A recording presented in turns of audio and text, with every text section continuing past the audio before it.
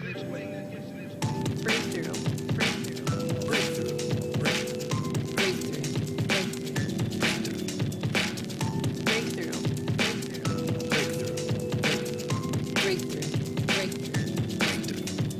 You're watching Breakthrough News. You are indeed watching Breakthrough News, and this is the Freedom Side Live. I'm one of your hosts, Eugene Puryear, here as always, alongside my intrepid co-host, Rania Khalek. Rania, good to be back with you. Eugene, always good to be back with you. The Well, pleasure's the all pleasure's mine. all mine. Oh, jinx. Happy belated birthday, by the way, Rania. Last show was your Thank you birthday very or the much. day before your birthday, so, hope you had a good one. And hope everyone out there is having a good day, good week. Happy to have you back with us. And of course, we want to take this initial time to remind you to hit the subscribe button there. Also hit the bell so you can get the alerts.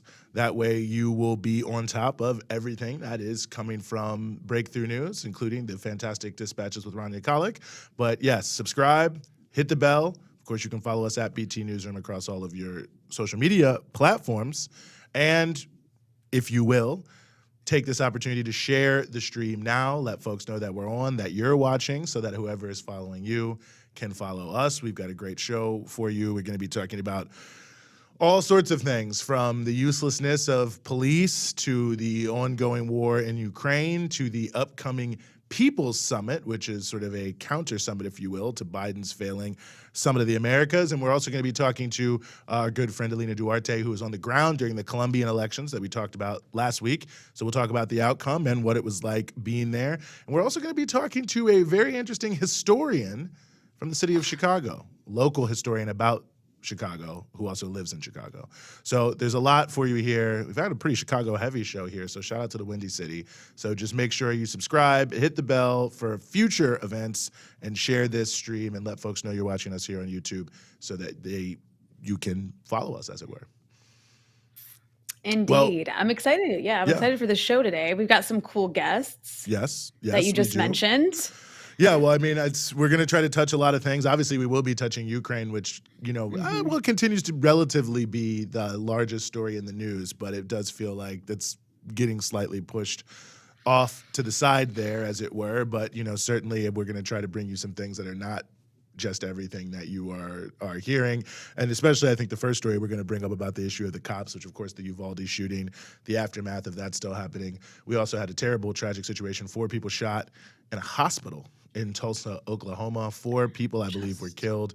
Turns out that the shooter, we don't know everything about it yet, but it seems the shooter had gotten surgery there and had continued back pain after the surgery. There was a particular doctor he blamed, I guess, for botching the surgery, and it seems that he came there for revenge. So that just feels like another, obviously very different, not the same issue as children being killed in a school, but I mean, it just is such a reminder of all the terrible things that are happening. Same type of weapon, AR-15. So the discussion is continuing and ongoing and will be continuing and ongoing. But of course, the discussion will be continuing and ongoing. Nothing will actually take place in terms of the U.S. political establishment. I mean, that's one of the things that I think is most amazing about the U.S., Rania, is that you can talk. Everyone can recognize an issue is an issue. It can be a constant topic of conversation, but no matter what percentage of people are in favor of many things, they just don't happen.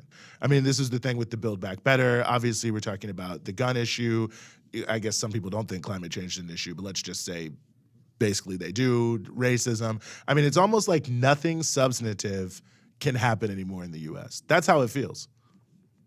Yeah, and I think that it's nothing substantive on things that the majority of the population wants, that there isn't any political will for. And that's the majority of things. I mean, there was this study that people keep citing from like 5 or 6 years ago. Yeah, the Princeton study.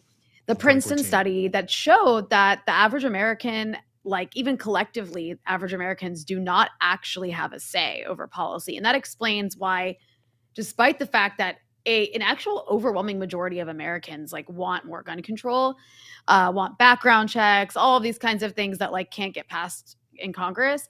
Despite that, it doesn't happen. Despite the fact that the vast majority of Americans want healthcare, want like a Medicare for all kind of healthcare. Despite that, it doesn't happen. The fact that overwhelming majority of Americans want like a more affordable higher education. It doesn't happen. I mean, there's a reason for this. It's because we don't actually live in a democracy. We live in a country that's ruled by a bunch of elites who decide everything. And we have like this illusion of democracy.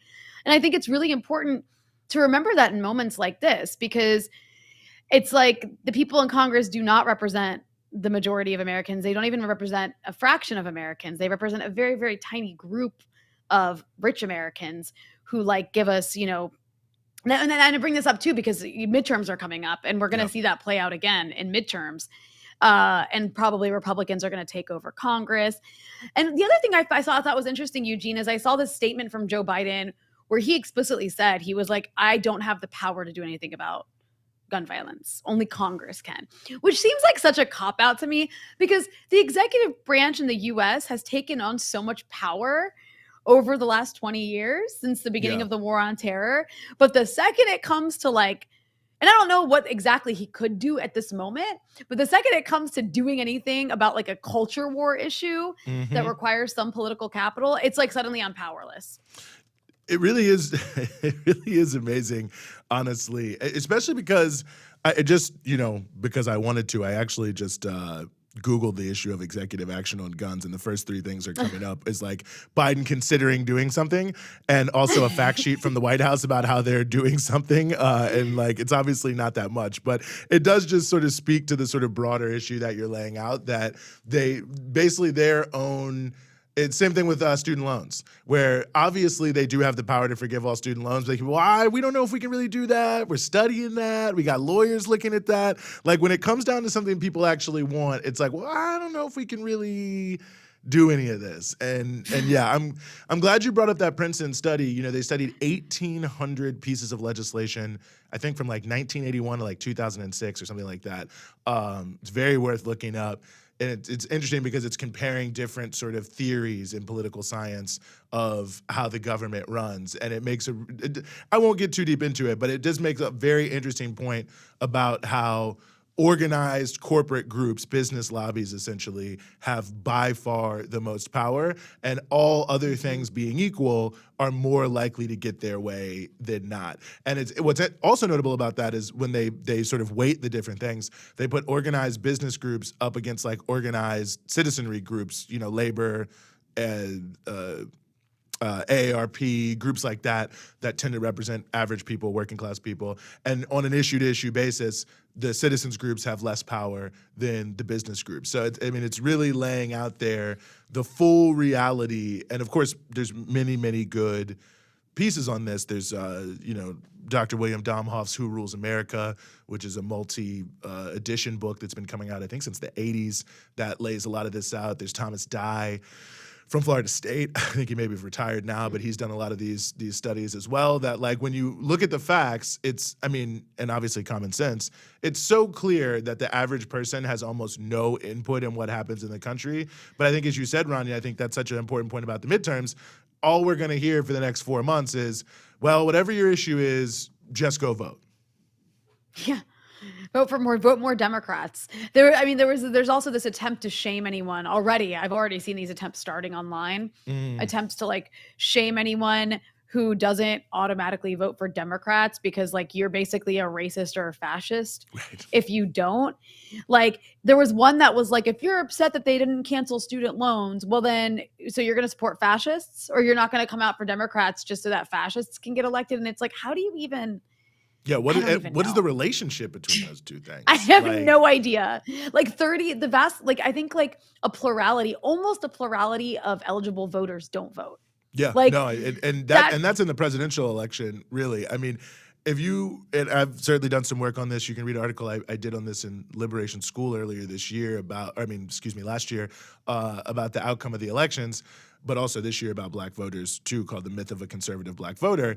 And in an off-year elections and in local elections, almost no one votes. And I would say most major elected officials in most major American cities are elected on less than 40% of both registered voters and eligible voters in terms of age. And oftentimes it's closer to like 15 to like 20%. I mean, it really is stunning how few people how few well, no, people, that's what I meant. How few people actually are voting, but then these people are considered to have this great mandate. And so it's like you could lead a protest of 1 million people and they'd say, well, who do you really represent? But you get elected by 12% of your district and they're like, well, this person is the leader of this city or this neighborhood or congressional district or whatever it is. And I don't know if most people know that or if most people don't know that, but the level of like actual electoral mandate that these people have, other than, you know, really the president of the United States, like that's when the largest percentage of people who vote, the mandates are slim at best. Yeah, it's really incredible, especially with this particular administration. Like, as we get like every 2 years, I guess, we get bullied into voting for Democrats. Like, and if you don't, you're a bad person. But Biden has been in office for almost 2 years. And like, actually, what has he done? Yeah. Like, what has he done other than say he can't do anything? And then he wonders why his approval ratings suck. Like his whole, you know, I keep seeing these articles in Politico. They don't know what to do. It's like, well, you maybe like try forgiving student loan. Like it's the easiest thing now. They're starting to talk about forgiving student loan debt again, but they're only doing it because of the midterms. He did this before the last election. They were like, we're going to consider forgiving some student loans. Yeah. Nothing since that happened. Not a thing. And like, you know, oh, like COVID doesn't exist anymore. There's no COVID relief, but we can just pull $40 billion out of thin air to like send, you know, to give a huge subsidy to the weapons industry so that we can like shower Ukraine with AR-15s that we're so against people having here. Like, yeah, no, I mean, it's just like incredibly unbelievable. More money than almost anything else. It's really amazing. Well, let's switch gears. Let's move to our first topic here, which is about the efficacy of the police in our society. And of course, that's a big topic in the wake of the Uvalde shooting, and certainly a big topic when we talk about gun violence. More cops, tougher sentences, just more repressive activity. So we are very happy to be joined as we continue the show to discuss this overall issue by Miracle Boyd, who's a youth organizer and leader with the anti-violence youth group GoodKids MadCity out of Chicago, and also Kofi Ademola, who's a concerned Chicago resident. Miracle, Kofi, thank you both so much for being with us. Thank you for having us. No, the pleasure is all ours. And, you know, Miracle, I want to start with you because I feel, you know, in the wake of this tragic shooting we saw in Uvalde, what we saw in Buffalo, I mean, I think, unfortunately, what we see in many of our communities, the conversation has once again gone back to, you know, we need more cops, more security guards, more people with guns, and, you know, stronger, tougher laws. You know, as someone who works on community violence issues, I'm wondering how you respond to these calls for just increasing these militarized forces anytime there's a tragic event that takes place.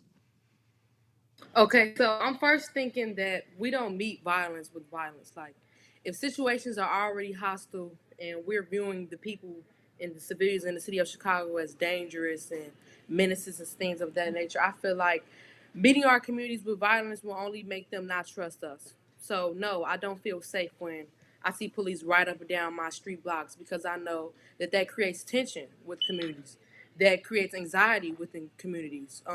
It does not make things safe. As more police presence I don't see anything being prevented. I only see what happens after the police show up and the police showing up after the crime has already been committed or the harm has already been done. So it's like, what can we actively do as a community to stop resorting to police for situations when someone may be hurt, knowing what to do when someone is shot on the city blocks, going through that specific training, and most importantly, reiterating the fact that not a lot of Chicago police are CIT trained, meaning that when someone is having a mental health crisis, officers may show up and know what to do because they don't have that proper training. So I feel like meeting our communities with violence is never going to work. It's never has worked. And we just got to keep our community safe without police and knowing how to address and mediate a situation and interrupt it before the violence could occur. Mm-hmm.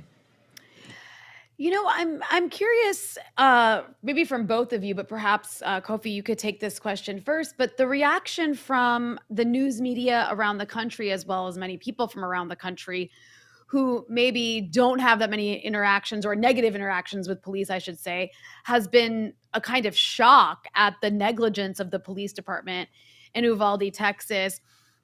and kind of like, oh my God, how could police be so useless?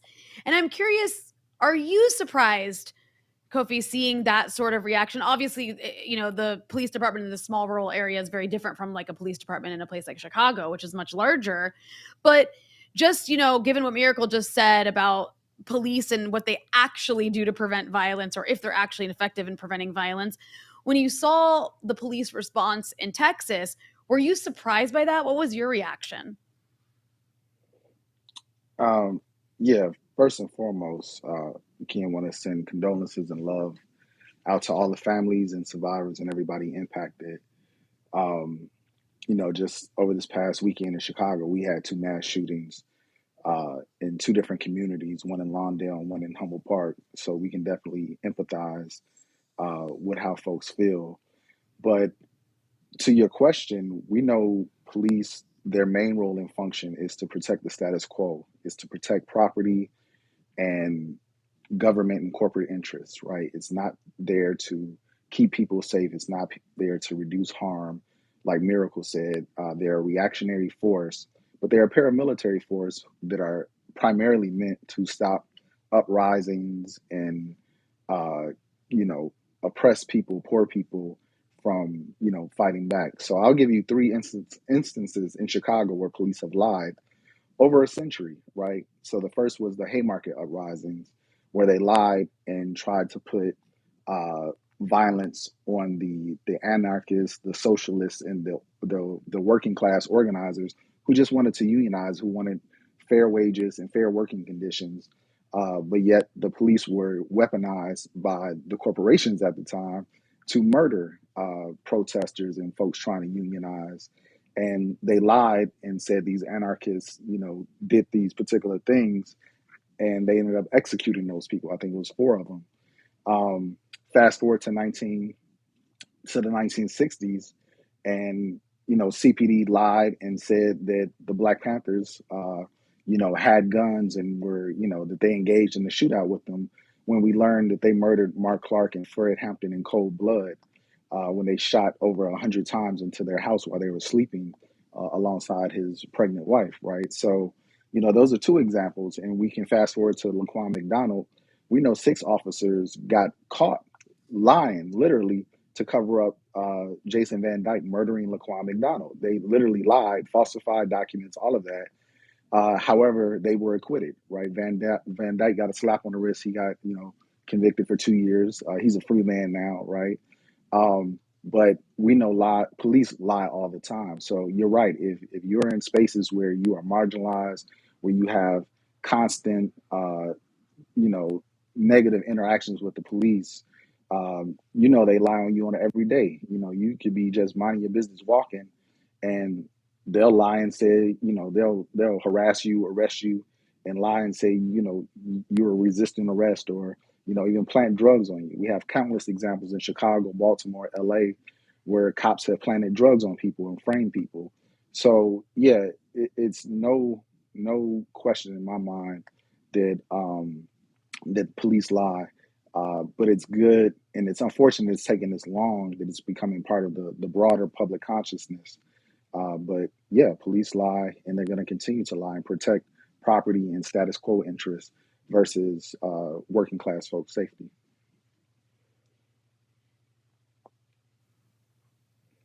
You know, Miracle, I think that one of the things that you said earlier, I think was deeply notable to me is that you don't feel safe when you see more cops coming down the street. And, I know that in the work you guys done at GoodKids, MadCity, you yourself, I mean, you guys have been targeted, you've been criminalized simply for exercising your First Amendment rights. And it feels like that is another side of this equation that people often lose about what the cops are doing, is that so often, those who are seeking to speak out about different important things in their community are also targeted. And that's an important side of sort of recognizing, and I think this speaks to the point Kofi was making about that history, of recognizing the role police are really playing in our society. Yes, I definitely want to chime in. Thank you, Kofi, for that, because during the 2020 uprisings, one of our GKMC youth organizers were arrested just before Lori Lightfoot had administered the curfew and was caught up during that time and was arrested and held without a phone call. So it's like, at this point with the curfew and Mayor Lightfoot putting the curfew out, it's just going to give the police a reason to attack the youth and be belittling them, criminalizing them, and putting them in these marginalized systems. Because if they're down there and they just can't make it home in time, or they just supposedly leaving where they were supposed to be leaving from at this amount of time, it's like, what can you do? And me, what if I don't have my ID, but I'm well over not a minor, and I don't have my ID? They could potentially throw me away because they think I'm a minor and I don't have an ID. So it's just giving them the chance to throw me away, throw me in jail, and say she was down there without an ID, and then that just creates more chaos. You know, what do communities really need, Miracle, to address these questions? Because I feel that, you know, that is something that's never really lifted up, is the conditions that, you know, are happening in many places where there is significant community violence. I think it's starting where we address the root causes of gun violence, and that comes from poverty, because poverty is a crime. Gentrification is a crime. When I was a sophomore in high school, I was a part of one of the four Inglewood high schools when Rahm Emanuel was mayor and was set to close at the end of the school year. LSC members from my school and other schools had to rally against keeping our schools open and fight for more funding and proper funding, making those full community schools, instead of us being starved of an education and saying we're just going to close your school and turn it into whatsoever. And South Shore, they made it a police academy. So it's like, you're closing our schools, you open up a new STEM school, but it's like you're still depriving us. We've got kids traveling across wars to get to school, which may create conflict for them and create bump people from rival gang, encouraging our young people to keep the peace too. But again, the mental health clinics not being open. Rahm Emanuel closing mental health clinics. Millennium Park steady being invested into, but our community's not. Police having a budget of over $1.8 billion and counting. I think it's like $1.9 billion now and counting. But it's like their budget's being this big. Police still agreeing that their budget doesn't need to be this big, and they're still getting funded. So it's like, when will we put these resources in? When will we put this money back into our communities? Because GoodKids MadCity personally hosts several community events a year that we wish had more publicity for our community members to get out to and, you know, become a part of the family and in community with, so that we can uplift all our demands and uplift our concerns and give back those basic necessities that a lot of Black and brown families lack, that the city claim that they can do nothing about. But it's up to us to have each other's back and hold each other accountable and provide those resources when our city officials fail to speak up for us, speak up for our needs, change legislation. Yeah, I think that's it. But like, addressing the root causes: poverty, gentrification, mental health clinics, gangs, gang factions, and reiterating that there were gangs back in the day that did not have names on them as menaces, so on and so forth. Learning about vice lords and gangster disciples, learning about their history. It wasn't all bad. It was about people wanting growth and development and using their resources around them to hold each other accountable and stand for something and not fall for anything. So I think it's got a lot to do with what the mayor and the police want to name our communities and name our young people and criticize us about what's happening, but they don't really live here. They don't live just as some of us would like to call it, and they never had to go through some of the struggles that we had to go through. So it's like, when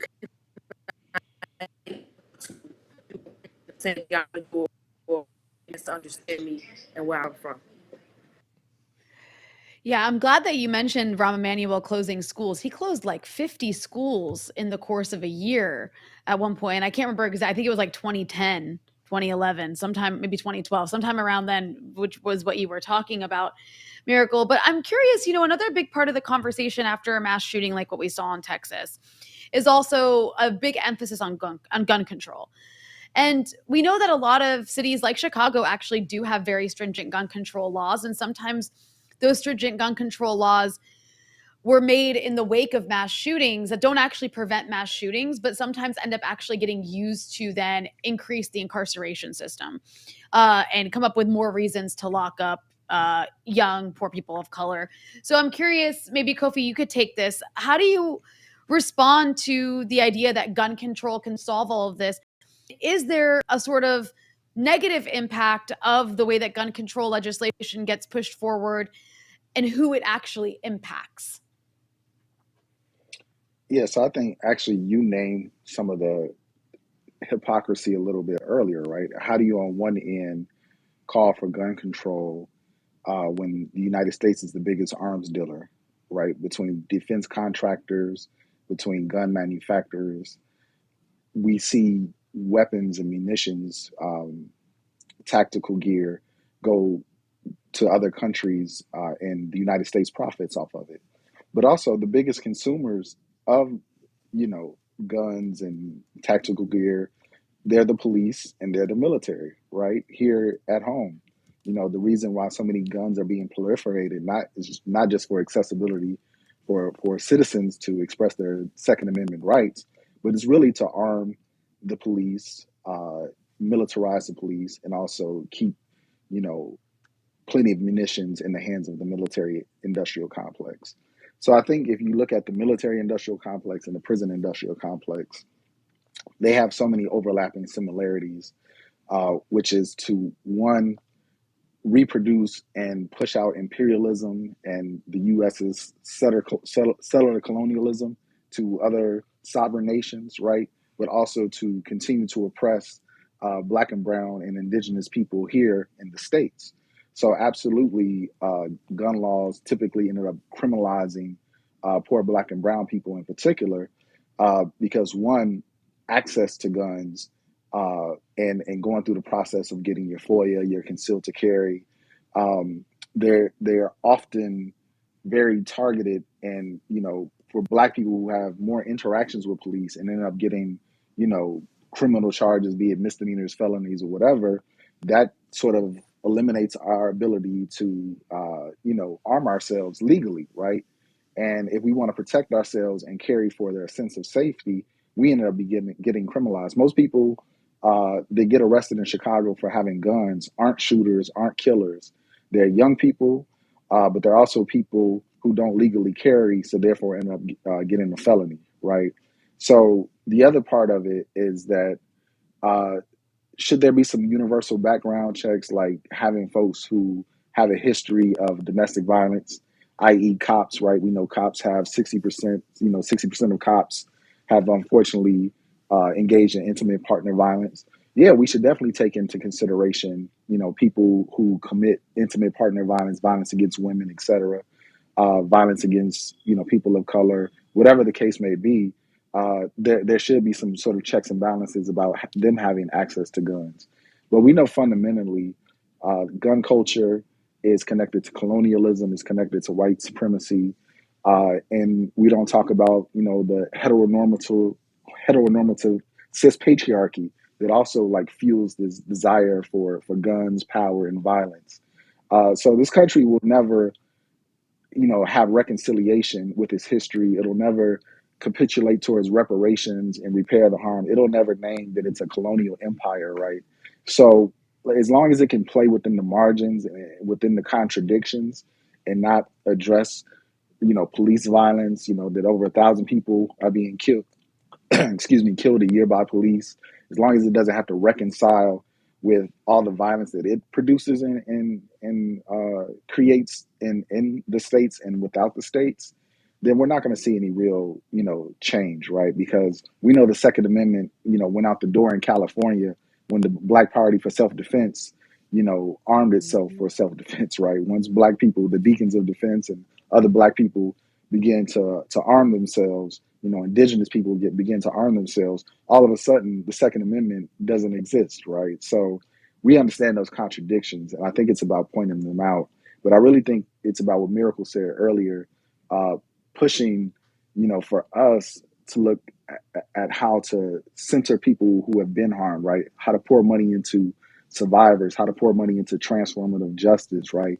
Instead of locking people away in cages and putting money for people to be in prisons for millennia, right? Why aren't we putting those same resources to heal folks that have been harmed, that have been impacted, to make sure that they have housing, that they have mental health care, that they have trauma-informed care? Miracle and the other young people of GoodKids, MadCity, they're working on the Peace Book Ordinance, right? The Peace Book Ordinance is about putting money towards not just violence prevention, but creating a culture of peace and peacekeepers and getting resources directly to young people so they can, self-regulate and have that love and that care that they deserve. So those are the real conversations, because on the one end, you know, I personally believe that Black people have the right to arm and defend themselves. Um, but at the same time, if we are talking about disarming and being peaceful, I'm for that too. But I say we have to start with the military and police. As long as the military and police have armaments, then I'm not understanding why we shouldn't be able to have them as well. Mm-hmm. Well, before we let y'all go, Miracle, I just wanted to ask, where can people go to support the work that GoodKids MadCity is doing? I mean, you all are out there doing the work, trying to make peace, and I'm sure there's probably a lot of people watching this who'd like to support if they could. For the fans, everyone can follow us on social media. We have Twitter, we have Instagram, we also have a Facebook at GoodKids MadCity, on Twitter at GKMC18, and on Instagram at GKMC18. Make sure you turn on the bell and get those reminders, because we do post a lot of events that we host or are in partnership with, that a lot of community members can come out to and enjoy and turn up with us. So follow us on social media to stay up to date about what we have going on, workshops that may be coming into play, community events that you can come out and have fun to. Yep, GKMC 18. And thank you guys for having us again. No, thank you so much. Miracle Boyd from GoodKids MadCity, Kofi Ademola, thank you both so much for giving us some of your time here on the Freedom Side. Ashe, thank you. Yeah, well, if you're watching, I truly cannot encourage you to there's not a better anti-violence group out there, quite frankly. There's some great ones in a lot of cities, but GoodKids MadCity, like, these are young people who are themselves, right in the middle of it, working with other young people to make peace without criminalizing people and throwing them away. So fantastic organization. Couldn't speak more highly. Critically important issue, on so many different fronts, Rania, to be able to really delve into what's behind these controversies. Oh, I agree 100%. That was actually really illuminating conversation. Sometimes I kind of sit back and watch as I'm hosting, kind of in awe. Yeah, in awe. Yeah.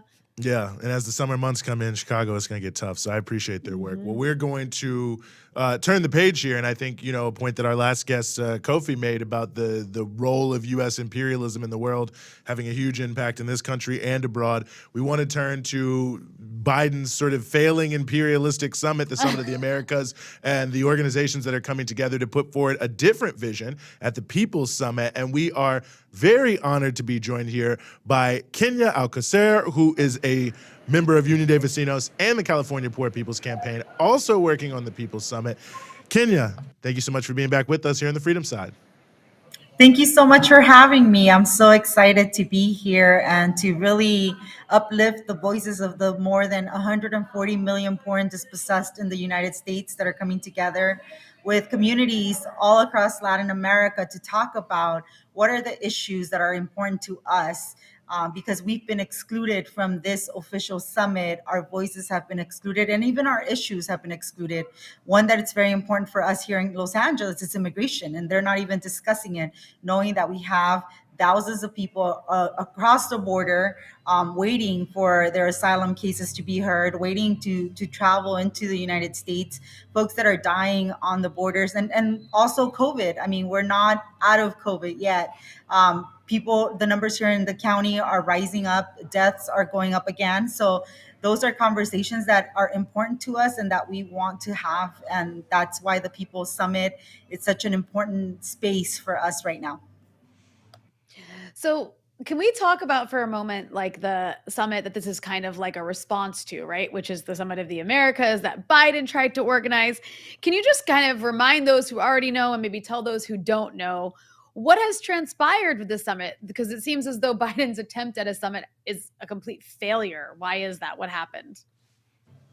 Well, I think he made a big mistake. One was not inviting everybody in the Americas to be a part of this conversation. And two, bringing it to Los Angeles and trying to portray Los Angeles as this post-COVID economic reassurance community, and that is not the reality. I mean, homelessness is going up in the city of Los Angeles, and we're such a diverse community as well, where us, as myself being Mexican, being proud of the Mexican president saying, if you're excluding Cuba, Venezuela, and Nicaragua, then you're excluding communities that are their voices are real and that they need to be heard. And this democracy that you're talking about, it's a lie.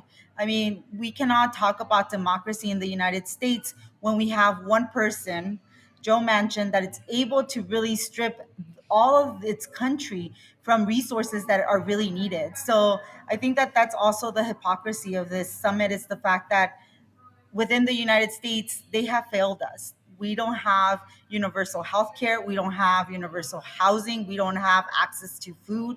We don't have our basic needs being met. And for us to say that we are going to give the solution to the rest of the world and all the continents to really follow a line that will bring prosperity is a lie. And that is why I believe this summit has failed, because we've seen within its own trenches, things are falling apart. I wonder, how important is it, Kenya, in terms of the sort of role of the People's Summit, that all of these grassroots movements, from what I understand, from all across Central America, South America, North America, are all going to be in one place at one time. I mean, it seems like there's a power in just that fact alone, irregardless of anything else. And I wonder, how you feel about that. Well, I think it's important for us to really have conversations. And this is not just a summit about complaining about what Biden's not doing. This is a summit about building conversations and building a platform of like, what are the demands that we have as a continent? And I think that those are the basic demands. What are the demands of the poor and dispossessed, from the Arctic Circle all the way to the Patagonia? I mean, and we've been suffering from the same illnesses, and it is systemic racism, systemic poverty, ecological devastation, and a very distorted moral narrative, but also a war economy. And we're not talking just about war economy, like the real wars where bombings are happening. We're talking about economic economies as well. All these ways that they're trying to strangle economically communities from surviving. It's something that unites us. I mean, the blockades that are happening with Cuba and Venezuela, we feel are the same as the blockades that they're doing right now, where they're not giving tenants rent relief. It's the same economic blockades where we don't have access to food. And it's the same economic blockade when we have mothers that can't feed their babies because this system has really put a bottleneck when it comes to baby formulas. So I think that these are conversations that are uniting the poor and dispossessed across the entire continent. And this is an important conversation for us to have, because we can no longer see ourselves as only fighting in solidarity for some of these countries. We have to see ourselves as fighting to take power of this country, to change this country in order for us to be able to change the world. And as there's been, of course, a lot of organizing around the People's Summit, there's also been attempts to obstruct it. Can you tell us a little bit about those attempts to, throw in wrenches in the wheels of the summit? Though it doesn't seem to have worked, luckily, but. Yeah, I mean, we've been dealing with the LAPD that has, we've been trying to get the permits to do our march. And to be honest, like, they keep blaming Secret Services, and Secret Services, we've never had conversations with them. But the reality is that they cannot stop the people's will. We will be taking over the streets because there are our streets. We are permits, no permits, we're going to be marching. And we're going to be making our voices heard. I mean, people traveled from all over the country, from all over the continents to come here to make our voices heard, and that's what we're going to do. And while we're developing and building together, we're also making sure that we're able to tell them that this is what we want and this is what we need, and you can no longer hide behind these convention centers and these hotels and not listen to what people are saying on the streets. They need to get out of their bubble and really have their ears on the ground, because things are going to be changing, whether they like it or not. We're organizing on the grounds, and like Unión de Vecinos and the LA tenants, people say we're doing this building by building, block by block, city by city, state by state, country by country. We're really organizing on the ground to make sure that things change. Mm-hmm.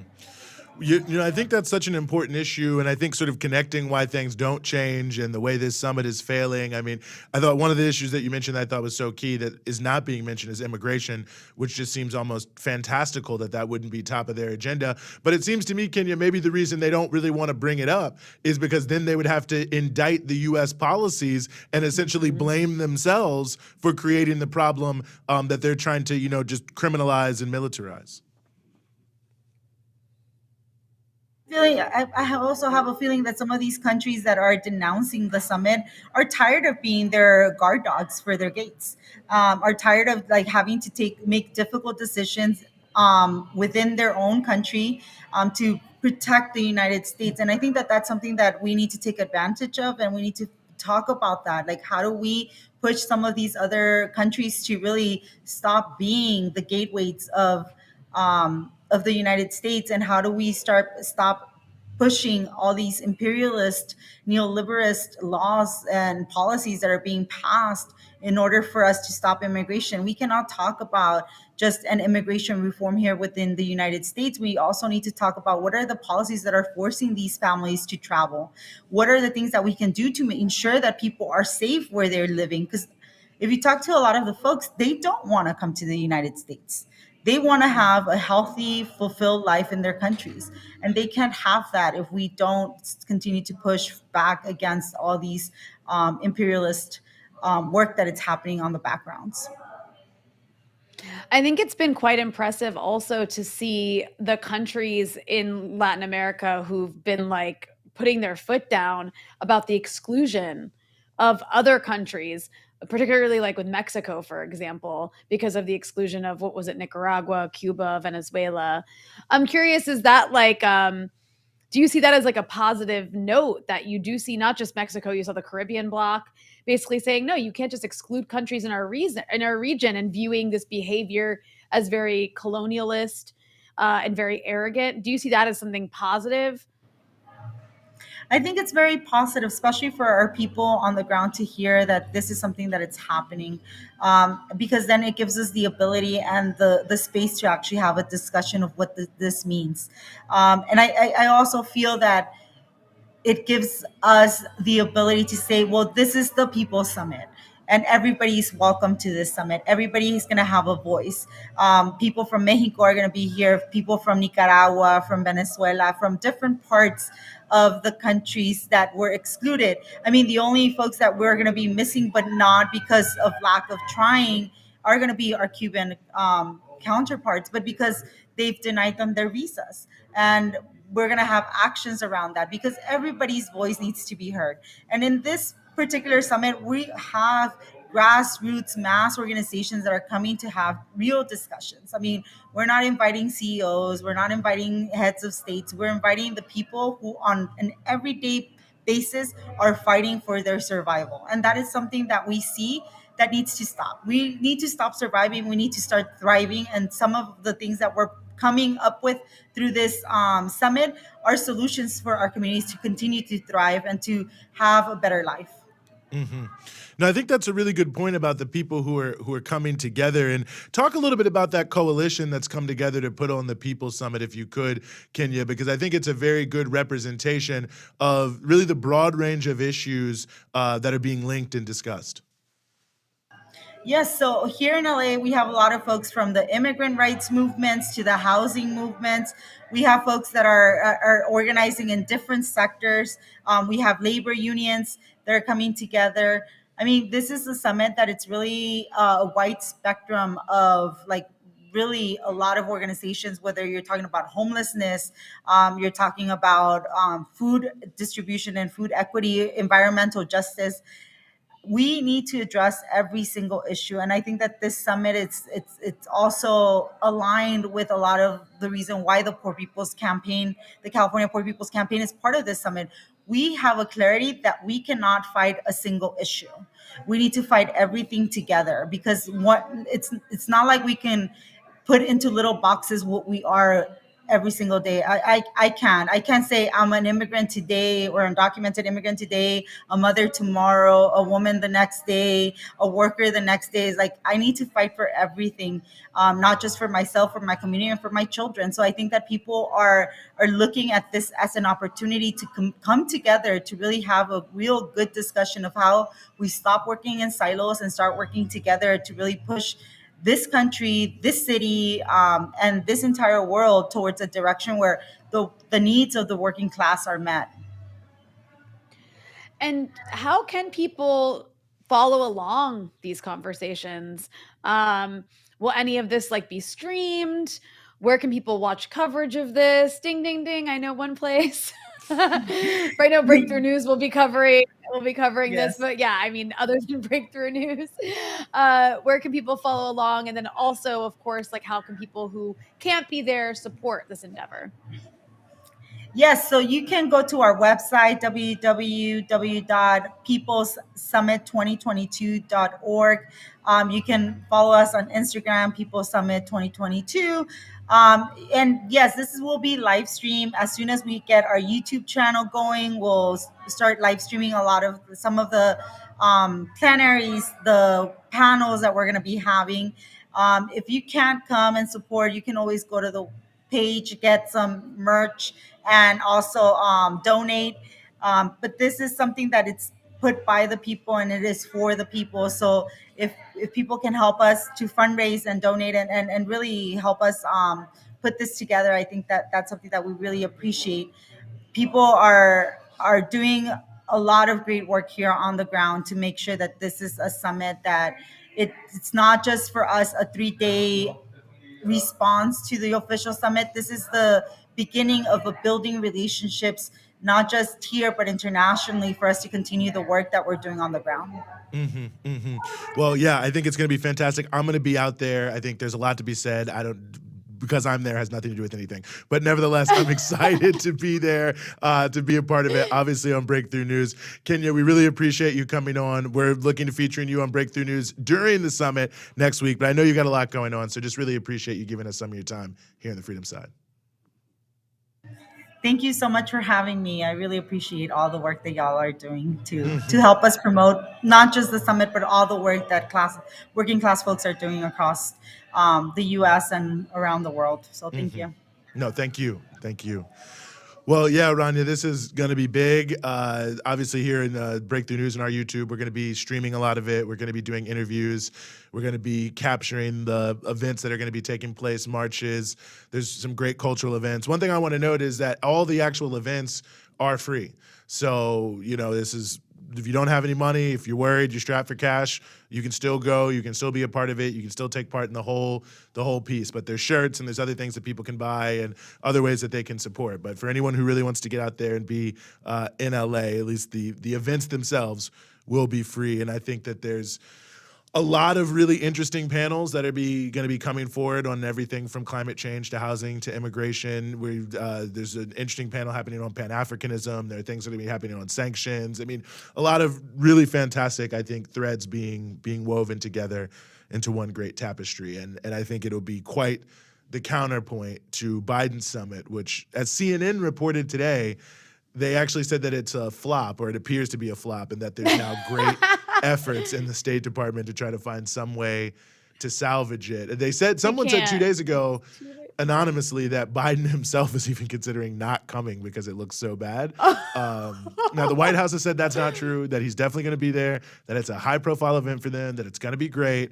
But, yeah, it definitely just shows the hubris and the arrogance of U.S. imperialism really coming back to bite them here, because many of the countries that are boycotting are U.S. allies. I mean, Mexico, close relationship. CARICOM countries, close relationship. You even have some of these right-wing governments that, love America that are also not coming. So it just shows on all different fronts the idea of Latin America. Well, what did Biden say? He says, not just our backyard, it's our front yard. But I think that realistically, the countries who actually are in the Caribbean, Central and South America don't feel like they're in anyone's yard, and they want to be treated in a way that has more respect, but it doesn't seem that Biden is able to do that. Right. And no, it is incredible. It really is the level of hubris, arrogance, just like imperialist confidence. And the reaction to it, I gotta say, has been lovely by various countries refusing to go. Like, who are you to decide who gets to be a part of the continent? I mean, that's essentially what the US is saying, is we get to exclude actual physically, like geographically present nations from the continent because we don't like their socialist governments or whatever. Yeah. One quick thing I want to just plug here. Yeah. Sorry, I'm reading this, so sorry I have to lean over. My mic was in my face. But I we do have a GoFundMe here at Breakthrough News. I think we're going to put it up on our social media. We've spent some money to make our coverage happen.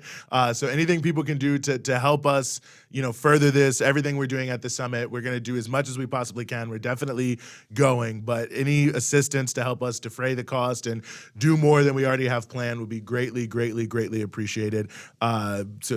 Well, I think is it on the screen? It's on the screen. Definitely go to that GoFundMe. It's going to be on our social media GoFundMe. Whatever, it's on the screen. I'm not going to read it. It's just a bunch of numbers. How do you say that? How do you GoFundMe? GoFund. It's gofund.me/4B8F807C. That's technically what it is. But go to the Breakthrough social media at BT Newsroom on all your social media platforms. We'll put it in the description for this show after we finish the show, so it's there. But yes, Breakthrough News.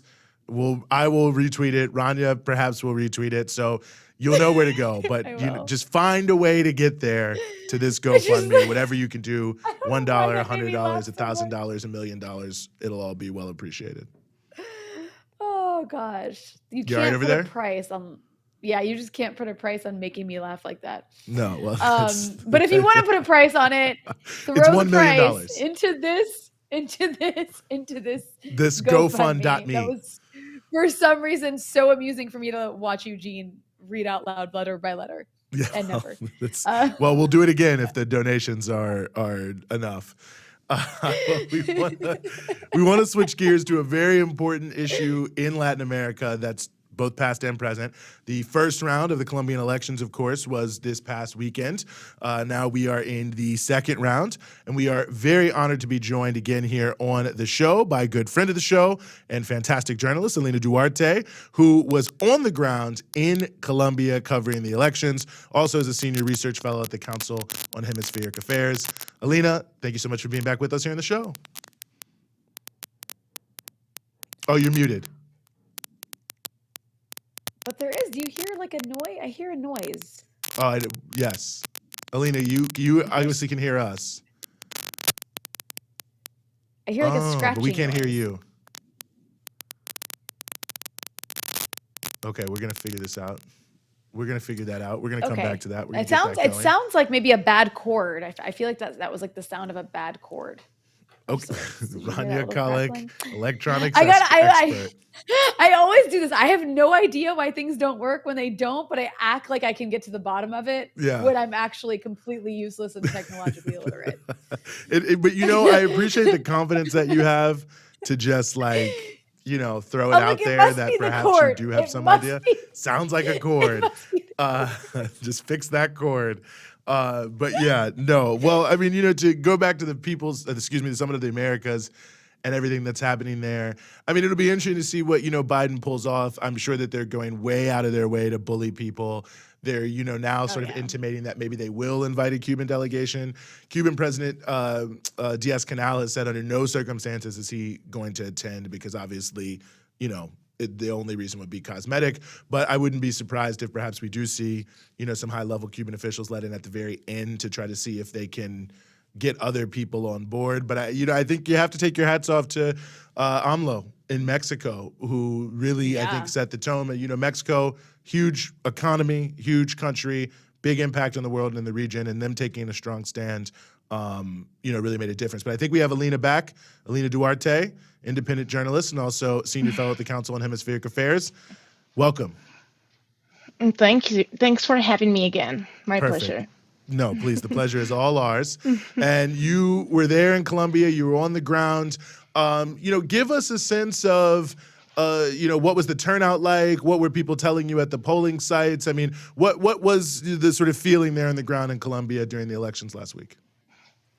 Well, I would start by saying that this is the first time that a leftist, like, uh, it's not only a political party, it's an alliance between social movements, political parties called Pacto Histórico.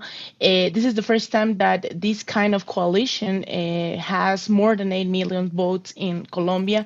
Remember, everything in Colombia that sounds pretty to the left, they are always persecuted, assassinated. So it's amazing first to have more than 40% of the votes for Pacto Histórico, represented by Gustavo Petro and Francia Marquez. Another issue is that the people didn't vote only for Gustavo Petro, the former congressman, senator, also voted for Francia Marquez. This is an amazing, you had it at the People's Forum in New York, I remember that a month ago. Francia is just a militant and an organizer. She's a leftist, an amazing woman, black women from the Cauca. She's always saying that she wants to be the vice president, representing the nadies, the no ones. This is a poem, a text very important in Latin America, saying that the people that earns that don't count for the government, for anyone. So Francia Marquez, I think she was an important part of earning these 8 million votes for Gustavo Petro, for the Pacto Histórico, and people are really happy to have for the first time in decades, the possibility to have a government like representing the working class, the women, especially the women, the black women. Colombia is a very racist nation. So Francia Marquez and Gustavo Petro, now they're giving them the opportunity to be really represented, even when they're not socialist. And this is amazing. As you could see during the last, especially 20 years, every government in Latin America called progressive, the far right have been saying during these years that they are communists, that this is like the new like a demo, in Latin America. But people in Colombia really believe that if Gustavo Petro, I mean the far right people, if Petro and Francia wins, they're gonna steal your house. They're gonna, like all of these narratives against every single thing that looks like a leftist progressive government or candidate. They really believe this. The narratives and the fake news and all of this propaganda against Gustavo Petro and Francia Marquez is just amazing. And it was a surprise that the candidate of Álvaro Uribe, the Uribismo, this former president in Colombia, that I really believe that he's one of the most far right former presidents in Latin America, and that he's still governing. He's still part of the government now in Colombia. His candidate, Federico Gutierrez, he lost, and it's such an amazing thing. But it's not a good news because Rodolfo Hernandez, the one who is going to be at the second round, he's a businessman that pretends to be an outsider. Is the same narrative that Donald Trump had. So actually, he's known as the Colombian Trump in Colombia. Everyone is calling him like that. That he's a businessman who says that the women, belong to the house. That he admires Adolf Hitler and things like that. He's not a real outsider. He's part of the establishment in Colombia, and he's gonna be the one who's gonna participate at the second round. So I'm curious, since you were there, what was it like during the election? Was there anything fishy that went on? I mean, it was amazing that they came out with such, I think it was 40% of the vote, which was incredible in a country that you mentioned, like, has never really had people on the left winning in elections like this. But that said, was there anything fishy that went on? Were there any accusations of potential, like, voter suppression? I know there was death threats and actual real threats against the left-wing candidates. What did you see while you were there? Well, it's just impressive that Colombia, the government that has been saying for the last 20 years that in Venezuela, in Nicaragua, and in Cuba, there is no democracy.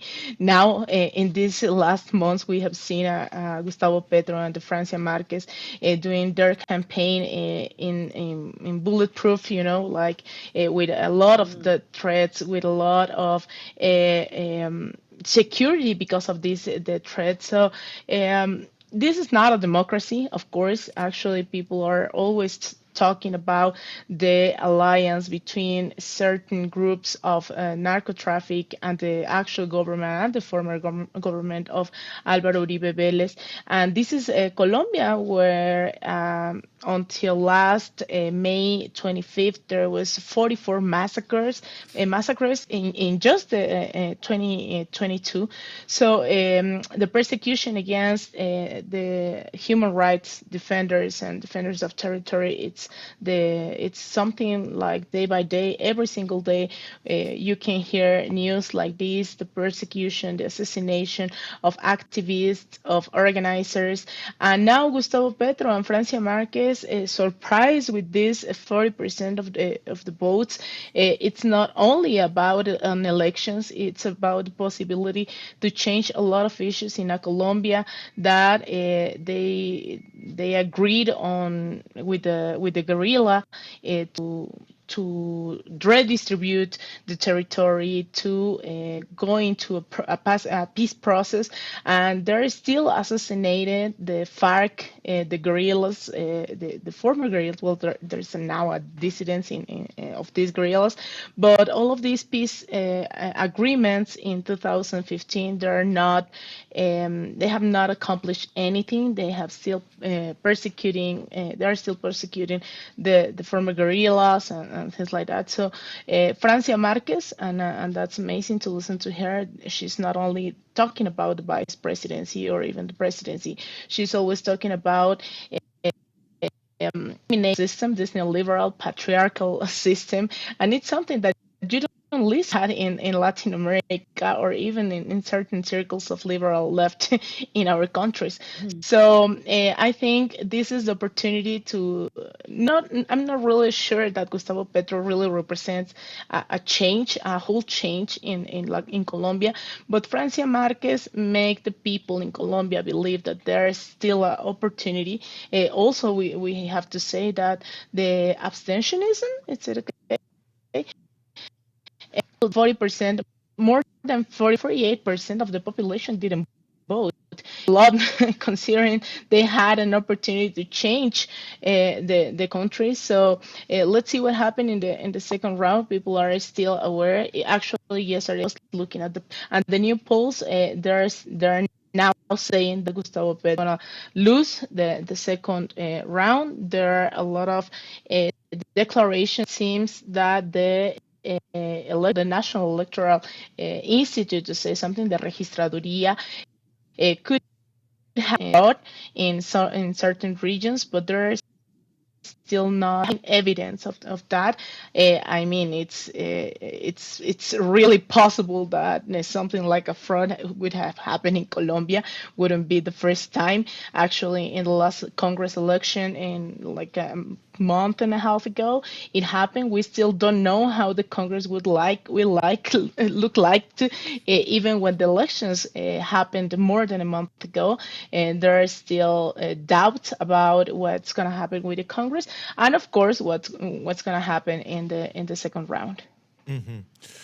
Well, it's going to be very interesting to see. There's obviously a lot here, and I think, as you point out, Alina, a lot of deep implications here, especially with Francia Marquez, which I think would be huge. I think it would be big for Black people here in America, too, to be honest with you, to have someone of that caliber come to the forefront and raise Afro-descendant issues. So we really appreciate you being willing to join us and sort through it. And before we let you go, I do just want to say, for the audience, I know you, with your very intrepid reporting, you've had to face some threats, as has your family, from these right-wing people. And I just want you to know you have our support at Breakthrough News 100%. We love what you do, everything we do, and we got your back moving forward no matter what. So, as always, thank you for being with us. Thank you, Eugene. It's gonna be a pleasure, Rania, Eugene. I don't know if you both go to Los Angeles. I'll be there participating, so hope to see you there. And thanks once again for having me and especially for supporting me all the time. Anytime, anytime. Well, we will be in Los Angeles, Rania. Oh wait, Rania, you won't be there. Oh, I'm so sorry to hear No, that. I gotta Rania. hold down. I gotta hold down the fort in Lebanon. Indeed. I Well, we'll can't be be. I there, can't be you and leaving I, my Alina. So I'm post looking over forward here. to being with you. It's very cute, Eugene. I like how you tried to disinclude me. Is it a word? Did I just? Well, you can make up as many words as you want, Rania. But no, thank you, Alina. Thank It's you. good to have you. But That's what I'll be doing next week. I'll be making up words next week.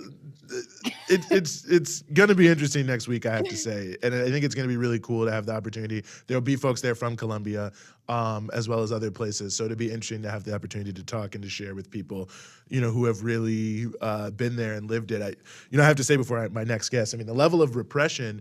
It's the #1 country for the death of trade unionists, Colombia. Like pretty much every year.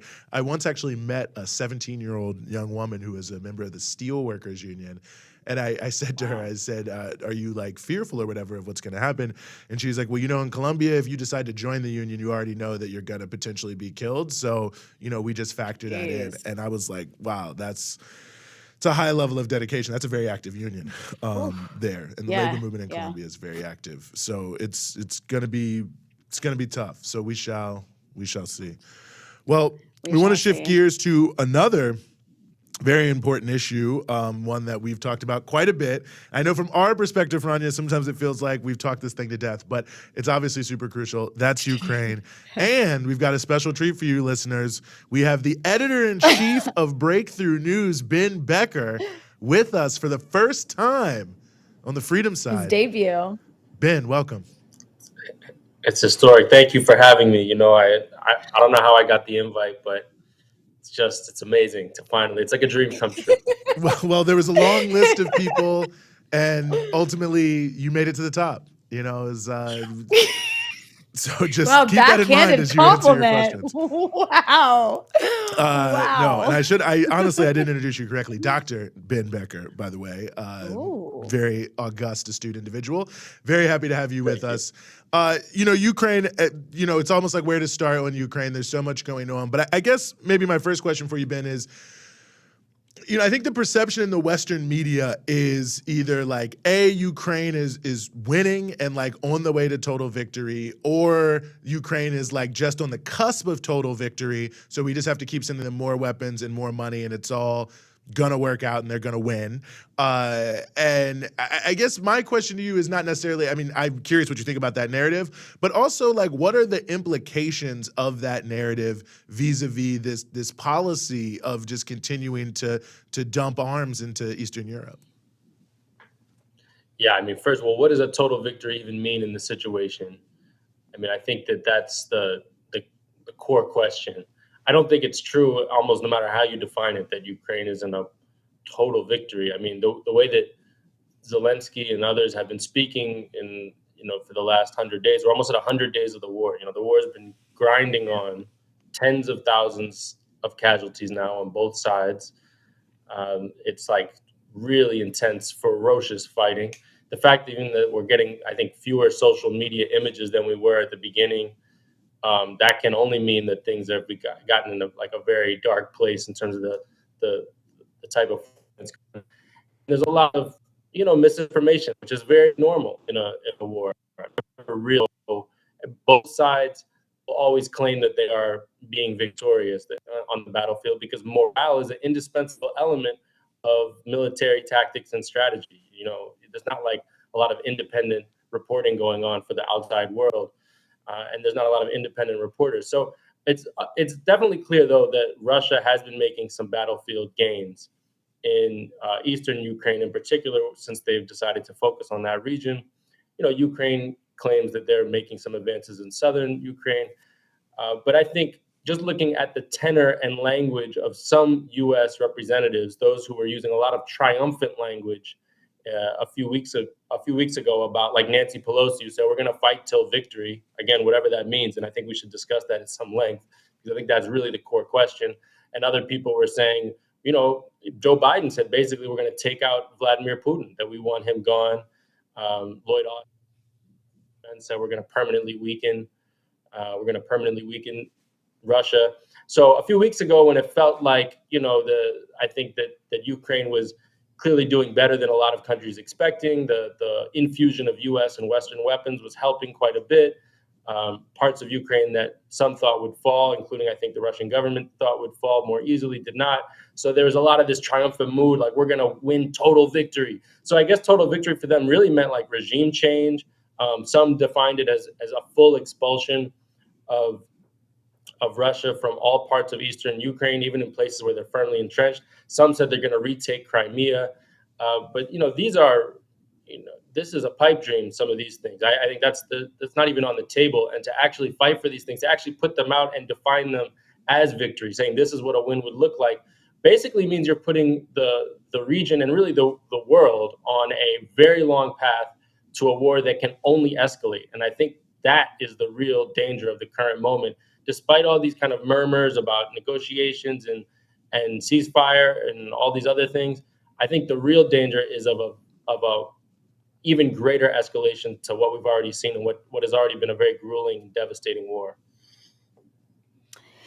And when we do talk about victory from the Western side, obviously there's a lot of delusional thinking about what a victory could mean or would mean. And we can talk more about that. But I think there's an interesting aspect of this war, and that is, the economic war against Russia. This maximum pressure campaign against Russia that was supposed to crash the economy in Russia. But as we've seen, the economy in Russia hasn't crashed. In fact, the ruble is stronger now than it was before the war. And there's a lot of questions about why that is, though Western media, Western pundits are starting to admit that actually Russia has been more resilient than they expected, has been able to withstand this. So I guess, the goalposts for Russia are easy to shift because in the beginning of this war, they had very vague ideas of what victory would mean for them. But from the Russian perspective, what does a victory look like? Well, I mean, even that has shifted a little bit. I mean, I think if you go back to the original red lines, which were bright red lines that the Russian government has been putting up for years now about Ukraine not becoming a member of NATO, for instance. They also said they wanted to block advanced weapon systems from being placed on the Russian border, that these were core national interests, things they had raised going back, for 15 years now, that NATO expansion to the former Soviet republics, especially in that area, in Ukraine, a region, Ukraine and Belarus, Russia was invaded through those territories in 2 world wars, that these were non-negotiables for them. So they've said at some point that just sort of preventing Ukraine from coming into NATO was the core issue. Obviously, this was a big, major, the impetus for the 2014 coup was about whether Ukraine would have a pro-Western or pro-Russian orientation. Russia said that Ukraine should essentially be neutral, or at least not join EU and NATO. On the other hand, when the war started, Putin said it was to demilitarize and denazify the country. And so those were established as the strategic goals. And then a little bit later, after the full-scale bombing or the large, more wider bombing of Ukraine, now there's a focus on the protection of the East. So even on the Russian side, the strategic goals have shifted somewhat. But I do think the question of Ukraine sort of becoming a permanent outpost of Western militarism, which is, really was the bottom line issue for Russia for so many years. Now, Ukraine is getting those large scale weapon systems. Now, they're saying they're not going to use these missiles to strike Russia. Biden said they promised us they wouldn't strike, Russia with these missile systems. And NATO is obviously trying to expand now into Norway, into Sweden. So that's increasing the military encirclement of Russia on that side.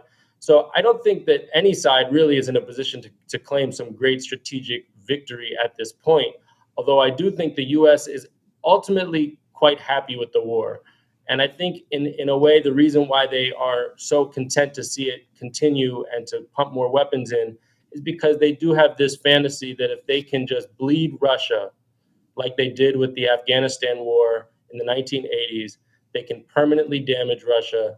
And look, they've already used this war to consolidate Europe behind, U.S. hegemony, and they feel that they can just do the same thing they did before and basically bully the world into submission. Again, I think that is a total fantasy. As you've been saying, Rania, many other countries in the world have, if not come to Russia's defense, have decided to completely stay neutral and to maintain their economic ties. And I think those countries are making a fairly valid point, a very valid point, to be honest. You know, even if they didn't like the U.S. War in Iraq, there was no big international campaign. No country cut relations with the United States that I remember over the genocidal war in Iraq. And they continued their economic relationships, and they said, look, you know, even whether we have our opinion or not, we have interests to maintain our economic status quo with the United States. And I think a lot of countries are saying we're not going to just give up all of our economic relationships, which are quite extensive with Russia, just because the Pentagon tells us to.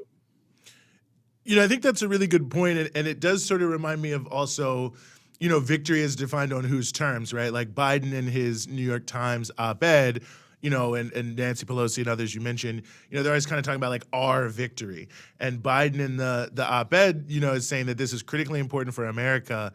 And he goes on to say that the reason why it's critically important for America is, well, we can't stop Russia. If we don't stop Russia here, then it shows that the principle of might makes right, you know, prevails, and that countries will just start invading other countries. What do you think about that, Ben?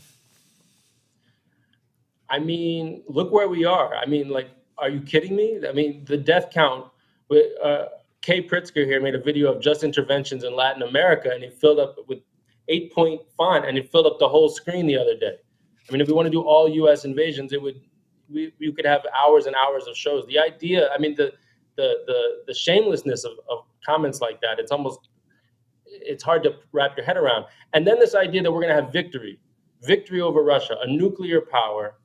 What does that mean? You couldn't defeat the Taliban. You couldn't defeat the Iraqi resistance. What makes you think you're going to, I mean, and that took 20 years. And what makes you think you're going to have a quick victory over Russia, whatever that means?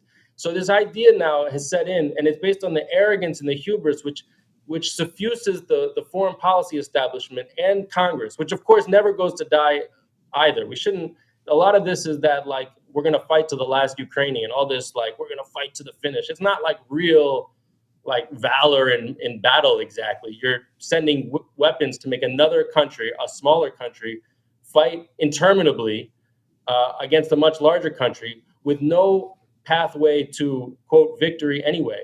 So it's really a form of insanity. But if you say that this is a form of an insanity, you're called basically an appeaser. You're like, you know, you're appeasing Nazism. This is what the metaphor that's being used all throughout the U.S. media right now, at least in the mainstream media, is that if you even raise the idea that there should be a, you know, negotiated settlement, a diplomatic solution, that there's not a military solution to this crisis, that therefore you are essentially appeasing and rewarding Nazism, which is of course what they say every time they want a war to continue. You know, that's a really good point you make about who's actually like dying here and whose lives get sacrificed. And this is actually true in so many regions of the world. Like it reminds me of the US and the Middle East. One of the reasons Saudi Arabia is like sitting down and negotiating with Iran right now is because they're watching what's happened with Ukraine. And they realize that if the US brings the region to the precipice of war at this point, it's going to be them who have to fight and die in it. It's not going to be America. So I think that's a really, really excellent point. But to what you mentioned about appeasing Nazis, I think that's a good segue into the fact that, you know, even if this war ends tomorrow, which it's not going to, I think it's going to go on for a very long time based on what you're saying. But there's going to be blowback here. I mean, $40 billion in weapons. Nobody knows who they're going to. They're just being dumped in Ukraine. And those weapons are going to make their way like around the region, around the world for decades to come. But also there's a Nazi problem in Ukraine. I mean, that's not to say what Russia's saying is all correct and Ukraine is all a country of Nazis, but we know that there are groups in Ukraine like the Azov Battalion and others that are like pretty explicitly white supremacist Nazi groups that are getting weapons, that are getting, they're getting foreign fighters coming to fight with them. So what do you think is the risk of blowback from this? Because you do have an international far right that is becoming increasingly strong, especially like as we see this sort of decay in the neoliberal order. How do you see this playing out for the next decade? I mean, we can just sit here and speculate, but I think it's important to speculate. Well, even the fact that they would use the Soviet Afghanistan war as their reference point of what, and this is what Hillary Clinton said, this is something kind of we're aiming for.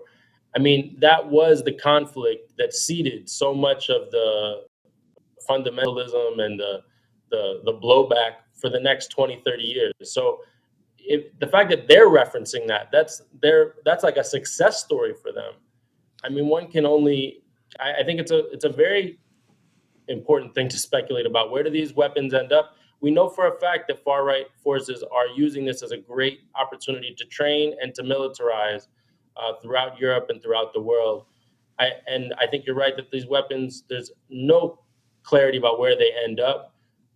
Who knows how many will get smuggled where and how they'll be used. I mean, this is the catastrophe for humanity that many of us have been warning about for months now, and that you've been warning about, and all your guests have been warning about, why we need peace. Because where does this lead the world? I mean, we have major existential crises dealing with the climate. Now we have one of a potential nuclear war, now that the U.S. is, again, fantasizing about this concept of winning a nuclear war, that if it comes to that the U.S. will come out on top. This is like official U.S. strategic policy now, having scrapped all the nuclear treaties that were in place for decades to maintain nuclear parity and make sure that something like that would not happen. They've now thrown that out the window. So we have climate catastrophe, nuclear war, pandemic. We have a crisis of jobs and now a crisis of inflation.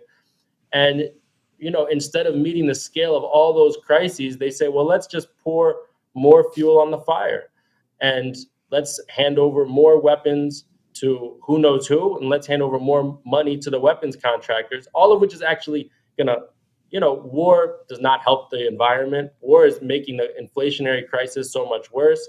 It's actually a policy that it's so clearly not in the service of the interests of humanity, who would want a negotiated settlement to this.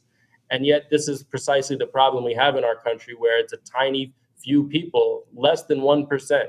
The Occupy said 99 to 1%. That was the Occupy Wall Street slogan. Even that was very generous. We're talking about a minuscule percentage of people who are really benefiting from policies like this. And that's why they need to be displaced. I mean, it's actually become like a question of an existential crisis about the survival of the people on the planet, whether we let people like this basically decide all the policies that impact our lives. No, I think it's a good point. It's the 0.01%. And even that might be a little bit generous. I mean, we talked about the Princeton study earlier, that showed how business groups have so much inordinate influence, really the most influence over anyone. The famous study from 2014 said we're not in a democracy.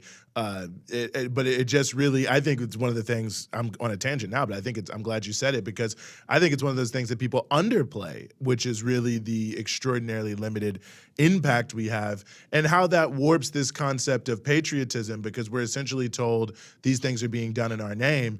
And I think, Ben, that's an important question is I think for people in the United States, this feels like such a critically existential question about how or what you're going to say about this, because as you said, it's pouring fuel on the flames of all these different crises that are affecting all of humanity around the world at the level of true. I mean, these UN reports keep coming out. One came out last week talking about global collapse. Seems like one of the more likely scenarios over like the medium term period, which sounds scary to me. So anyway, I guess maybe just to speak to, what impact maybe this should be having on, the so-called electorate, the so-called public in America. Well, the problem that we're facing in the United States, which is not the same problem that everyone is necessarily facing, because I think a lot of people around the world see through the U.S. propaganda on this war. They understand the deeper historical roots of this current conflict, and how the war was provoked by NATO expansion, and how this was clearly going to happen in the way that things were proceeding, and so therefore aren't really falling for the moralizing of the United States government. Maybe they've watched a lot of breakthrough news videos, for instance, and have that full historical context. But in any case, in the United States, it's like nonstop propaganda of the exact same type, and from almost all the corners of, liberal, conservative, and so forth.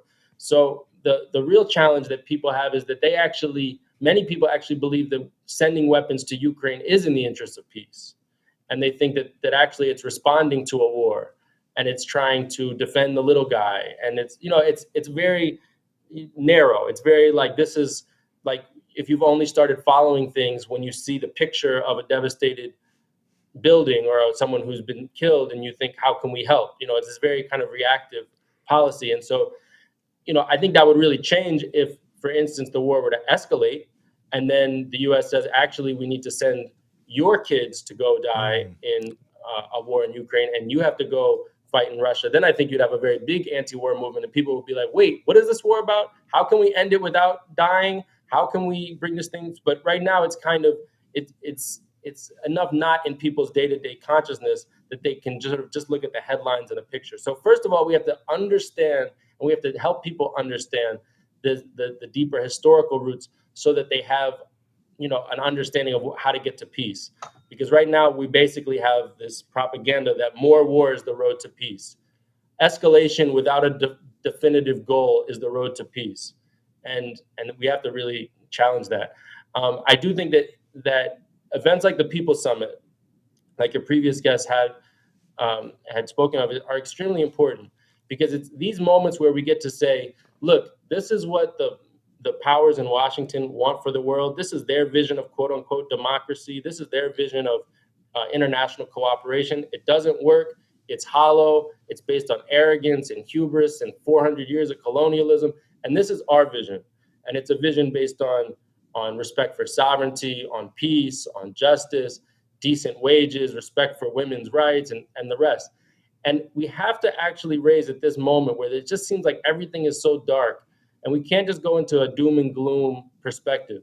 There's that saying that it's easier for people to now envision the end of the world than it is for them to envision a new world, envision a new system. It's actually harder to envision a system other than capitalism. They can easily envision global catastrophe and apocalypse, because we have 100,000 movies that show us what that looks like. But what does it look like to live in a world, that has completely different values? And without such a vision, I think that it becomes like self-fulfilling, that much darker prophecy. And that's the responsibility of activists and organizers in this moment. Mm-hmm. Mm-hmm. No, I think it's critically important. And I mean, you sort of alluded to this in a couple different ways, but, before we let you go, talk about the importance of independent media in the context of, all of these different struggles and how it connects to, the day-to-day sort of political movements, if you will. Well, if you look at this Ukraine crisis, where I think we've gained a lot of new followers because people felt like no matter where they turned to on TV, on YouTube, on Twitter, they were getting pretty much the same talking points, just packaged in a little bit different way. And so, having independent media that can actually go through the historical record and help bring out perspectives that you're never going to see. Okay, what is a politician in South Africa or in Mexico or somewhere in the global South that's viewing these conflicts from a completely different point of view? I mean, shouldn't the people of the United States also hear that too, so that they're not just have this warped sense of the world that only comes from the Democrats and Republicans? It's like people have such distrust for Congress. They have such distrust for the main political parties. They distrust the president. And yet when it comes to the media, even though they distrust the media, they still end up imbibing a lot of what those same forces that they distrust say. So independent media, I think, is growing because of the distrust of establishment media, but it needs to be much, much bigger. We're still very small compared to the power that the corporate-owned media has. And of course, even our little successes are met with censorship, either silent shadow censorship or direct censorship. The last few months, we've seen so many channels being taken down, so many Twitter pages no longer able to reach their followers. It's really demonstrated how even this new era of social media, even though it was supposed to offer so much democratization of information and so forth, it's actually become, in a way, its own prison, a new prison. And all the control that they used to to hold over television, they're now trying to recapture in social media. And those voices that they can't totally squelch, they're going to try to censor, or they're going to try to shadow ban. And so I think it's really important that anyone who's following independent media, don't just watch it. You have to promote it. You have to share it. You have to tell your friends. You have to tell your neighbors, your family members. Really try to get them hooked into something other than their current media appetite, because we're really fighting for people's hearts and minds, I would say. And we have to do it at a larger scale if we're going to be effective. It's not just about being the few people who's like in the know. We really have a responsibility, if you're in the know, to get other people to watch as well. Mm-hmm. Well, Ben Becker, Editor-in-Chief, Breakthrough News, first-time caller, long-time listener. Very happy to have you here on the freedom side. We'll be looking forward to having you back. We'll definitely have Ben back. There's a little P on there to the Dan Patrick Show, first-time caller, long-time listener. I don't have a bell, though. I like that he said it was a dream, but that was excellent. I think that means, I think, Ben, that was a great first impression. We'll definitely have you back on the show. Are you just saying that because he's the editor-in-chief of Breakthrough News, Rania? Look at you. No, I actually thought it was great. I'm not sucking up at all. It was fantastic. That was actually, he got me kind of fired up at the end there. I was like, I gotta go support. Well, he's gonna have a book coming out, by the end of 2023, and I think people will see that Ben has a huge range of knowledge about a number of different issues. But look for that, Dr. Ben Becker. We're gonna be promoting it here on the show, but it's coming 2023.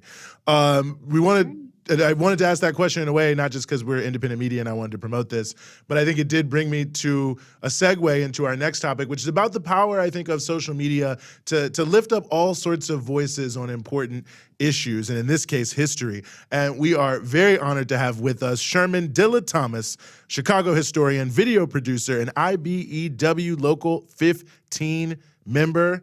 Dilla, thank you so much for being with us. Really honored to be here. Thank you for having me.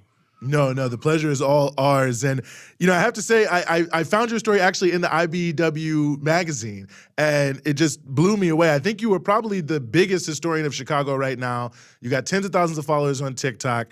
And I just want to know, what moved you to start covering the history of your city on TikTok? Man, well, I don't know if your audience can hear my 2-year-old yelling in the background, but it was my children. I'm one of those people who come from a home where my parents didn't necessarily just say no before they gave something a try.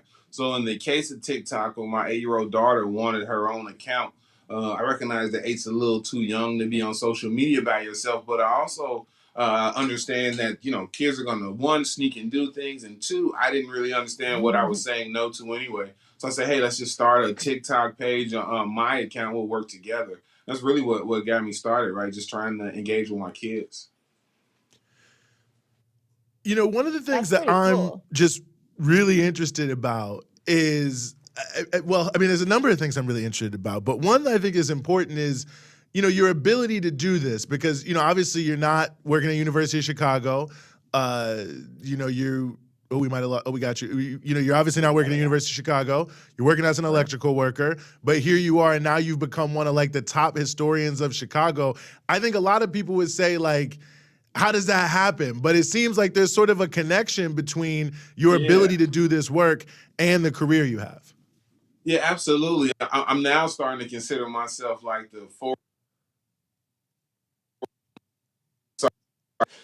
that connection.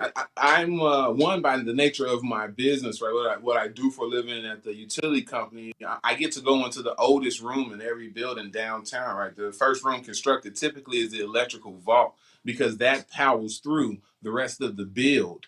And so by just nature of going to work every day, I'm in some really, really old places that tell a lot of old Chicago stories. But also, and I'm glad that you did mention that I'm not a University of Chicago graduate. However, I have independently been studying the history of Chicago for for at least 25 years, and really extensive studies, right? Like I'm into library repositories and newspaper archives. I'm in the encyclopedias. I'm in the ProQuest. I'm in all sorts of places doing historical research so that when I do disseminate Chicago history, it's accurate, right? It's not slanted. It doesn't, as best as I'm able to, have my bias. But then what connected me as a storyteller was starting off the career as a meter reader, right? What a lot of people don't understand that is if it has electricity, there's a meter attached to it somewhere because somebody has to pay for those lights, right?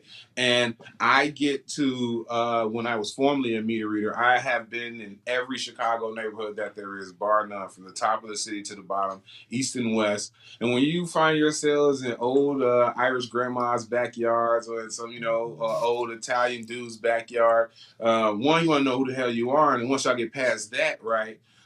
Maybe I'm noticing something Chicago related, and now we're talking about it, and I'm getting all these beautiful, amazing first person stories, and it helped change my perspective. Right, in Chicago, we have this demographic of people we call white flighters, and those are the people who moved away from the city and out to the suburbs after World War II, and in some cases moved away because African Americans were moving on their blocks. And if you're reading that without any kind of context, it's kind of real hard line and kind of hard stuff. But to talk to people in their backyards as you're reading their meters, and you find out how heartbroken the kids were, and how the kid's former best friend was that black kid that they lived next to. And they didn't fully understand why they were having to move, and everything that they knew and loved, and the churches and the schools that not only did they grow up around, but they heard about their whole lives, and they're being removed from, right? That they felt the way about that too. They were not just a bunch of people who wanted to leave the city, and that's why their kids are the techie dudes that got the cool downtown high rises, right? Because they formerly spoke well of the city. So I just been very fortunate, right? I had a father that was a Chicago police officer for 32 years, and in his household, I learned the Chicago street grid. I learned why certain sides of the city had the ethnic backgrounds that they did, simply because he had a cop's brain. And then couple that with what I've been fortunate to do today, it made me a historian. I don't think I fully understood that when I started making TikToks. I'm not saying that at all. But what I do understand today is that preparation plus opportunity just equals success. Mm-hmm. I'm curious, like, what's been the reaction to you? Like, what's been the response online? Has there been any crossover between, like, has anybody in person recognized you and be like, hey, you're the guy? I can't. Well, I'm gonna try my best not to cry. If I open my closet door, I have a jersey from every Chicago professional team that says Dilla on the back of it. I've been invited to every game. When my kids are at the Bulls game, they throw me up on the Jumbotron. That makes my kids feel amazing. One, it's a great carrot, right, when I want them to do well in school. Sometimes I am recognized in public, and it's very humbling. Just yesterday, I gave the keynote address for the opening of the Society of Scholarly Publishers, right? Like, I'm a blue-collar utility dude, scratches his butt in a work truck. And, in October, I'm going to be in Amsterdam talking to people, right? So it's been an amazing, amazing journey. I know this is probably going to be impossible to say, so I can't necessarily. Maybe you do have like one story that's been the most interesting one, but just something that stands out to you of all the stories you've done as particularly notable. It is very hard to pick one, right? I like telling people about how Dr. Daniel Hale Williams is the first person to successfully perform an open heart surgery. You may have formerly heard that before, but you never hear that it happened on the south side of Chicago in Providence Hospital, which was at that time the only hospital founded for and by African Americans. It also took place in 1893, right? So if you know anything about 1893, we didn't have x-rays. We didn't have anesthesia in the way that we know it. We didn't have that cool thing that breaks your ribs so the doctor can get his hand in there, right? Without all of these things, this short, light-skinned brother from the south side of Chicago successfully performed the world's first open heart surgery. And now you can go get a new heart if you're lucky enough to jump on the list, right? So I love telling that story, but I also, like I said, I love discussing how the African Americans who formerly worked at the Union stockyards, they weren't allowed to take home the full slabs of meat, right? Only the white butchers were so fortunate. But the African Americans recognized that there was still a little meat on those bones now, right? Now, if you go to Kansas City or Memphis, all of us go order rib tips. But that invention comes from the African Americans in the Chicago Union stockyard who's just making the best they could with the scraps, right? And that same thing applies to the Italian beef sandwich and the Italian grandmas in the Maxwell Street district. I can go on and on about Chicago. It's the greatest city on earth. I just love telling our stories. No, I really appreciate those. One I have to ask you about, my Chicago people would not let me go, but I heard that you have gotten to the origin of mild sauce and where that comes from. No, I will not claim that victory. I have not come to the origin of mild sauce. I do have my own theory, though. I think what happened was one of the chicken proprietors ran out of barbecue sauce, and so he told one of the kids to mix the ketchup and the hot sauce together and stretch it, right? And I think that's probably where that sauce is born, out of necessity. I have not been fortunate enough to nail down who came up with the mild sauce. We are sort of close to who came up with deep dish pizza, though. Oh, interesting. Ooh. Oh, okay. So you I feel like we got deep dish pizza. We got the history of every building downtown. You know, Dilla, tell people where they can find your work, because I think this is amazing. Thank you for that. You can find me on all social media platforms. The number 6. FIGGA_Dilla. That's 6-figure Dilla. 6-figure because I'm a cool brother who works for the light company, and with a little bit of overtime, you can make 100 G's as a union area operator. And Dilla because my mother gave me that awesome nickname. Right on. Well, Sherman Dilla Thomas, we really appreciate you joining us here in the show. Really love everything you're doing for the city of Chicago, and I hope everyone checks it out and learns quite a bit. I know I have. Thank you very much for your time. You guys have a great day. Thank you. I think that's an amazing story, Rania. It's sort of a human interest story. I know we always do a lot of these terrible things around the world, but I think it's so cool that, you know, just a brother who's an electrical worker out here is now like the top historian of Chicago. He's speaking to like schools, high schools almost every day, doing so many different things. So it's cool, and it shows social media got a lot of negative aspects to it, but, you know, it opens up a lot of space for people who might not normally be heard on these issues. Yeah, totally. That just like put me in a good mood. All the terrible things happening in the world. Yeah, I think this is a good trend. This is a good pattern. Why can't I think of words? We should do this more. We should have. Yes. I don't know.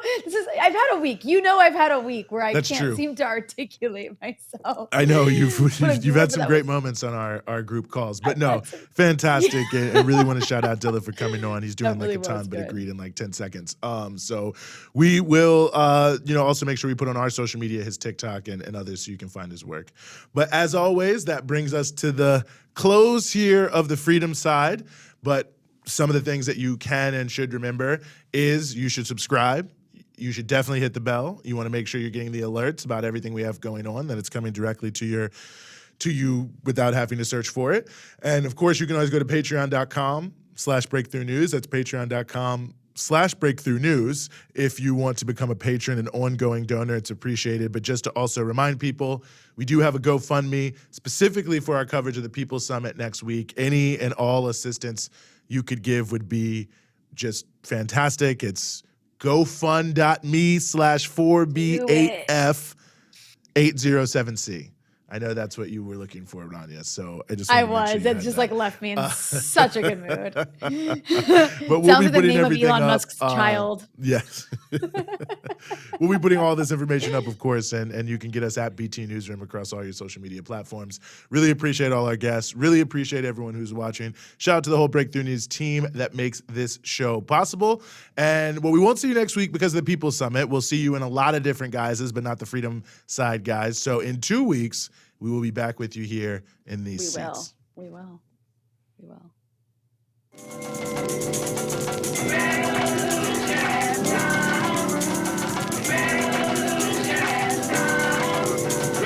knows no compromise. Revolution overturns and destroys everything that gets in its way.